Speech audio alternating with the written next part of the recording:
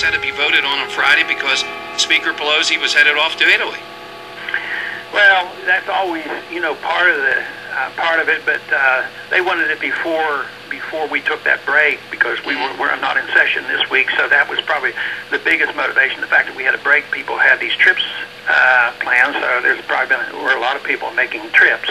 I happen to be in my district here in Texas, but they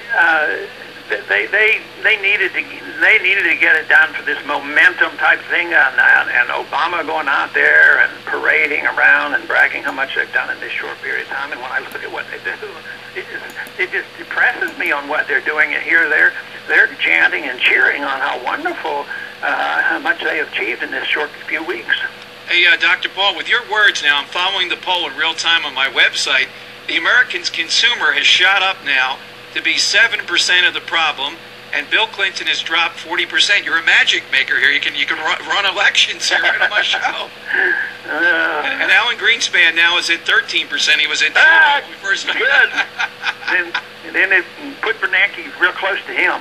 Hey, what do you see? What can you tell me? Because I had on the woman who I best in the popular media exposed the notion there were healthcare restrictions in here that could lead to some pretty serious stuff. What do you think is in there as far as the healthcare restrictions they're going with through the government? What they've done is they've opened up a new database, and the federal government will control it. And the way I understand it, every transaction will have to be reported to the federal government.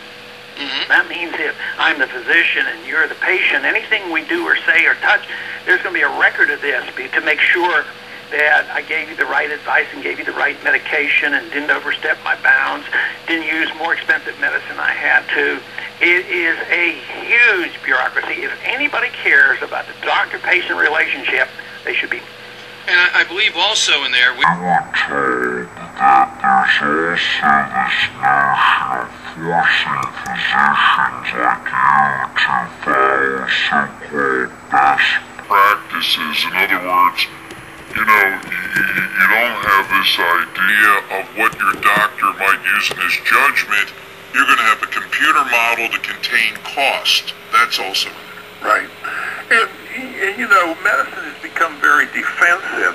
I'm not currently practicing, but early in my career I didn't worry about it. But later on, everything that I did, especially since I was in OB, it was, how's this going to be interpreted tomorrow? If something goes wrong, out of my control, everybody's control, but if it goes wrong, how am I going to explain it to the attorneys?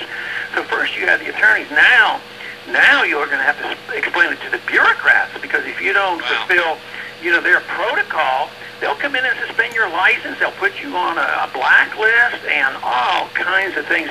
So there's going to be a lot of people who won't want to practice under those conditions. We're talking with Dr. Ron Paul, Congressman Ron Paul. I watched some of your video presentation today, and in there, too, you talk about the notion, and I kind of share this and fingered it. You run up the bill to over $1 trillion of what you're going to put in, and then when somebody cuts out $100 billion, you go, wow, we've cut out the pork. I mean, it's the oldest game in the world. Yeah, and this is sort of a psychological trick that they play. The other thing that bothered me a whole lot was, the effort I made to read the bill and find the bill, and it wasn't available the night before. It became available on a website after midnight. And, of course, nobody's reading 1,000-page bills at midnight. So there were essentially no hard copies until the next day. There were 5 total for the whole house. Wow. They were on the house floor, and they were not bound. They still had scribbles on the side, which were considered authentic. There was still some handwriting. Oh, and you're voting on it. And we're voting on it. But the other thing is that day when I was checking with my staff, do you have it? Do you have it? Oh, no, but we have 120 pages of it because so-and-so sent it to us. Here, some of the staff people who are their friends, they take care of their friends, and they send copies of it out to the lobbyists. So the lobbyists for the banks or some other group sent it. And this is what we're voting $800 billion.